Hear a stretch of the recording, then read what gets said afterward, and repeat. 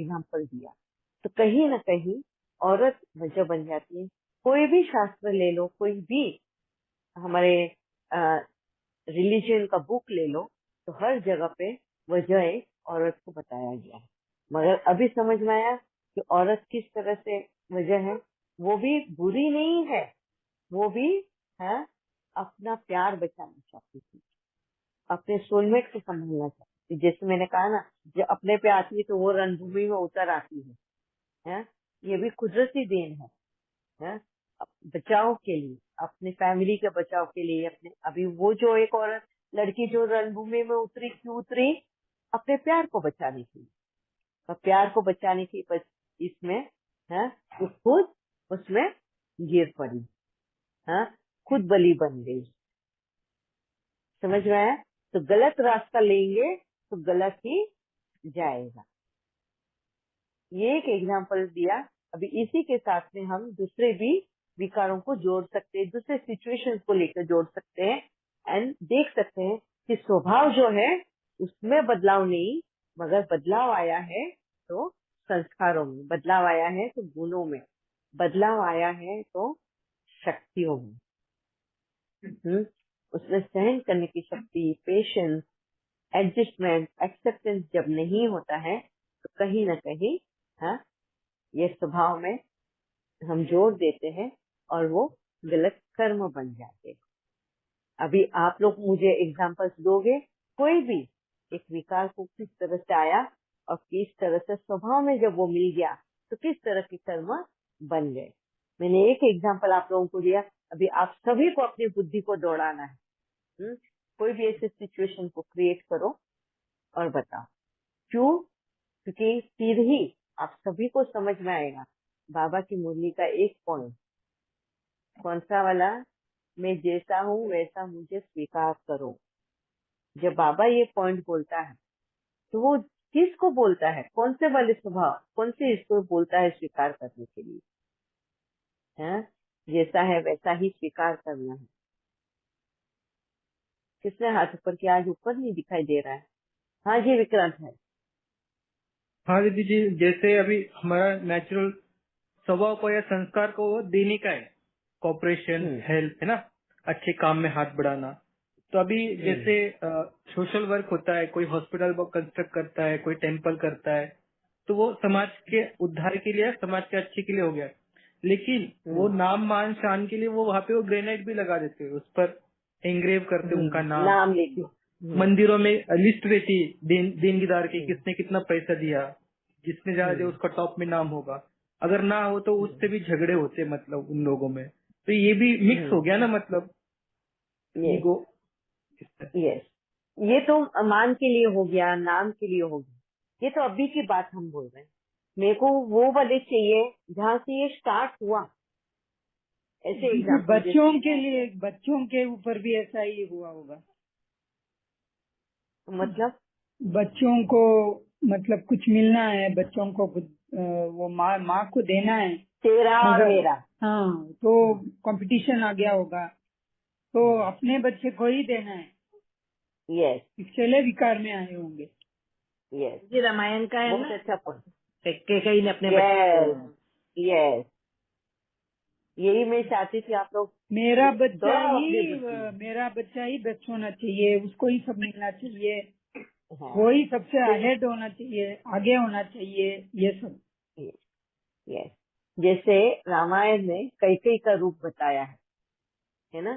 पहले तो सबके लिए सब बच्चे समान थे, फिर वो राम हो, भरत हो, शत्रुघ्न हो या लक्ष्मण हो, कौशल्या हो, सुमित्रा हो या कैकेयी हो, सभी माए समान, सभी बच्चे समान। मगर सबसे पहले ये मैंपन आया, मेरापन आया ना, वो किस में आया? कैकेयी में। मेरा बच्चा, मेरे बच्चे को राजगद्दी मिलनी चाहिए। है यहाँ पे जो कुदरती था, क्या था? फर्स्ट कम फर्स्ट सर्व, मतलब जिसने पहले जन्म लिया वो राजगद्दी संभालेगा। ठीक है, तो राम वैसे और इसमें बड़ा था, जन्म में उससे पहले जन्म लिया था तो वो बड़ा था, बराबर। तो वो पहले वो राजा बनना था एज पर कुदरती लॉ के हिसाब से। मगर कैकई को भी ये पता था। अब मंथरा, मंथरा कौन है? हमारी बुद्धि, ठीक है। मंथरा ने मंत्र डालने वाली दीदी, मंत्र डालने वाली। यस, कैकई के कान भरे, मतलब कौन हो गया ये? कैकई कौन है? जब कैकई ने, मैंने जैसे लास्ट टाइम पे एक बात बताई थी कि वो दशरथ के साथ एक फाइट करने गई थी, एक वॉर पे गई थी, और वहां पे दशरथ का पहिया जो है, दशरथ के रथ का पहिया निकलने वाला था। तो कैकई ने अपनी उंगली से उसके सहारे उसको संभाला, उस रथ को, और जिस वजह से वो वॉर जीत गया। अब कैसे? तो कैकई ने वो खतरा, आने वाले खतरे को भाप लिया था कि ऐसा होगा, इसके लिए उसने तुरंत ही वो समझ गई कि क्या खतरा है, और उसने अपनी छोटी वाली उंगली से उस पहिए को संभाल रखा जब तक कि वो वॉर कर रहा है, और उस वजह से दशरथ वो बैटल जीत गया, वो लड़ाई जीत गया। और फिर उसने कहा था कि तुझे जो वर मांगना है मांग। तब तक कैकई का मन प्योर था, दशरथ को भी पता था, है ना, इसलिए उसने कहा था वो भरोसे से, तुझे जो वर मांगना है। तो कैकई ने क्या कहा? मुझे अभी तो कुछ नहीं चाहिए, मैं तो अभी भरपूर हूँ, मुझे जिस वक्त जरूरत होगी उस वक्त मांग लूंगी, है ना। इसको बोलते हैं फार साइटेडनेस, दूरदर्शिता, जो ये भी कुदरती स्वभाव है, एक औरत को दिया गया है, औरत को भी और एक मर्द को, दोनों को ही दिया जाता है दूरदर्शिता, ठीक है। तो इस दूरदर्शिता की शक्ति को कैकई ने यूज किया कि मुझे अभी कुछ नहीं चाहिए, जब चाहिए तो मैं मांग लूंगी, ठीक है। अब वो वाला इंसिडेंट उसने कहा यूज किया? जब उसमें मेरापन आ गया। मेरापन कैसे? कि जब उसने ये देखा कि भाई हर जगह लड़ाई लड़ रही हूँ मैं, साथ में देती हूँ, मैं पटरानी, मैं लाडली हूँ इस राजा की, और फिर गद्दी मेरे बेटे को क्यों नहीं? ये जब मेरापन आ गया ना उसके अंदर, ये मेरापन का विकार है, तब जाके वो नीचे उतर। उसने कंपैरिजन किया खुद का कंपैरिजन, जो बोलते हैं इसको, पहले का हमने डिस्कस किया हीन भावना का, अब हम डिस्कस कर रहे हैं सुपीरियर कॉम्प्लेक्स, श्रेष्ठता का, जहाँ कैकई को ये लगा कि वो तो दूसरी दो रानियों से बहुत श्रेष्ठ है, उसको तो राजा बहुत प्यार करता है, वो उसको ज्यादा मान देता है, उसको उस पे ज्यादा भरोसा है, उसने तो उसको वर भी दिया हुआ है, और हर वक्त जब भी प्रॉब्लम्स आती है तो कैकई ही आगे है, ऐसा कैकई को लगता है। तो यहाँ तो उसको वो अभिमान आने लग गया। ये बोलते हैं अभिमान का जन्म, कि जब हर लड़ाई में ऐसा वो कैकई को लगता था कि भाई मैं ही साथ दे रही हूँ मेरे पति का, तो मेरा होल्ड ज्यादा होना चाहिए, जिसको कहते हैं अभिमान, घमंड और गुरु, ठीक है। इस वजह से उसने वो वर को मिसयूज कर लिया। क्या किया? गलत जगह पे यूज करना। उसने देख लिया कि अभी मेरा बच्चा तो सेकंड जन्मा है, पहली वाली का राम जो है पहला बच्चा है, अब मेरे इसको तो राज्य मिलेगा नहीं है।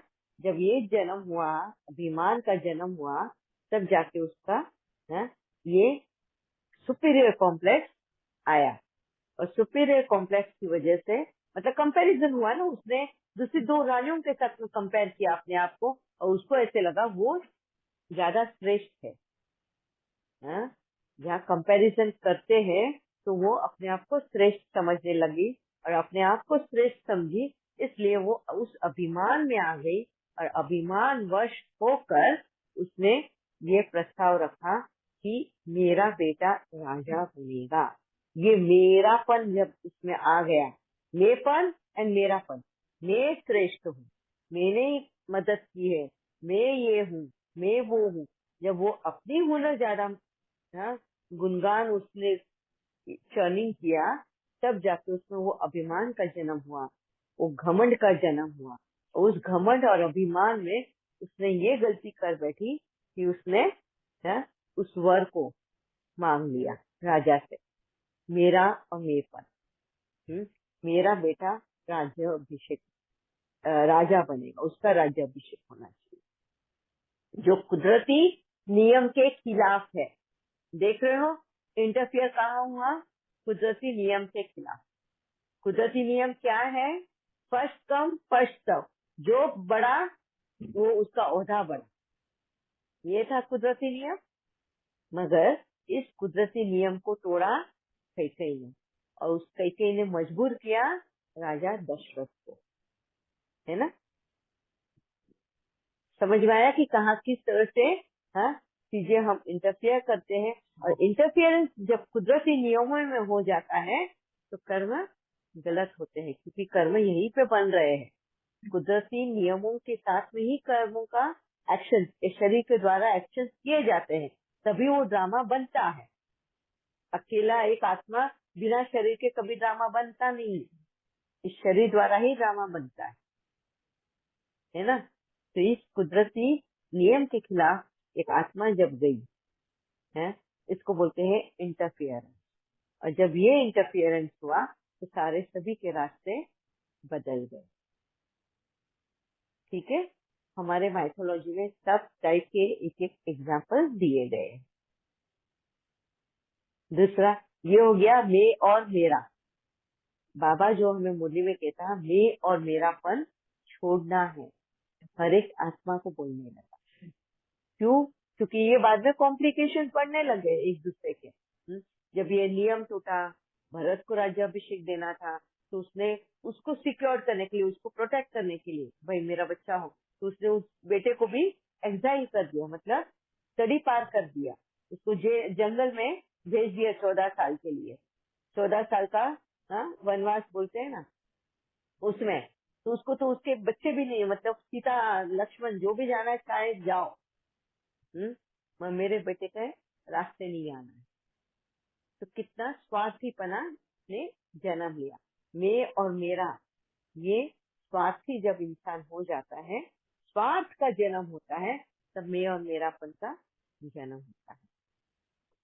और स्वार्थ का जन्म तब होता है जब वो अपने आप को श्रेष्ठ समझना शुरू करती है, जहाँ पे जेनरोसिटी, हम्बलनेस, पोलाइटनेस गायब हो जाती है, जो एक कोर वैल्यूज है एक आत्मा की। सॉफ्ट, पोलाइट, हम्बलनेस, जेनरस, निर्माणता बोलते ना, जमीन से जुड़े रहो, अपने आप को इतना ऊपर मत उड़ाओ। तो जो कैकेयी थी उसने उस तरह से किया। क्लियर है अभी सबको कि क्या है? मैं थोड़े ही एग्जाम्पल दूंगी। हाँ, क्लियर है दीदी। मैथोलॉजी दर्शन शास्त्र को कहते हैं, किसे कहते हैं? मैथोलॉजी किसे कहते हैं हिंदी में? कथाएं बोलते हैं ना, महाभारत कथा ही बोलेंगे। माइथोलॉजी नहीं, कथा। मैथोलॉजी मतलब किसे कहते हैं? दर्शन शास्त्र मुझे पता नहीं, मैं ऐसे पूछ क्या है पता नहीं, मतलब जैसे और होते हैं शास्त्र, तो मगर मैथोलॉजी। ये नाम भी मेरे लिए नया है। दर्शन शास्त्र का मतलब ही नहीं मालूम है मुझे। अच्छा, मुझे नहीं ना, आप बार बार मैथोलॉजी कह रहे हैं ना, जैसे और सबको समझ में आते। दीदी दर्शन शास्त्र इज फिलोसफी। अच्छा, फिलोसॉफी, ओके दीदी ये फिलोसॉफिकल है। नहीं, मैथोलॉजी को दीदी पौराणिक कथा बोलेंगे, पौराणिक जो हमारे पुराने हैं, पौराणिक बोलते हैं।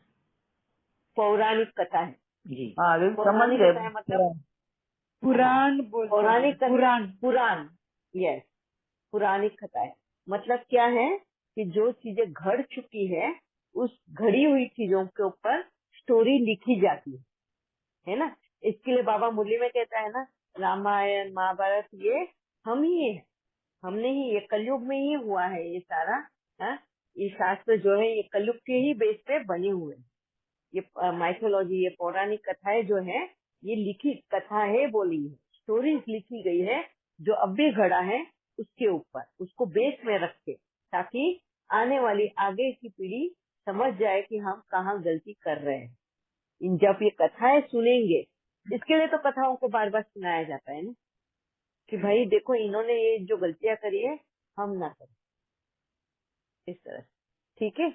और ये कथाएं हैं, मतलब हर एक की एक घर घर की कहानी, हर घर की कहानी। ठीक है। दीदी युधिष्ठिर वो खेल रहा था ना गेम ऑफ डाइस, हाँ।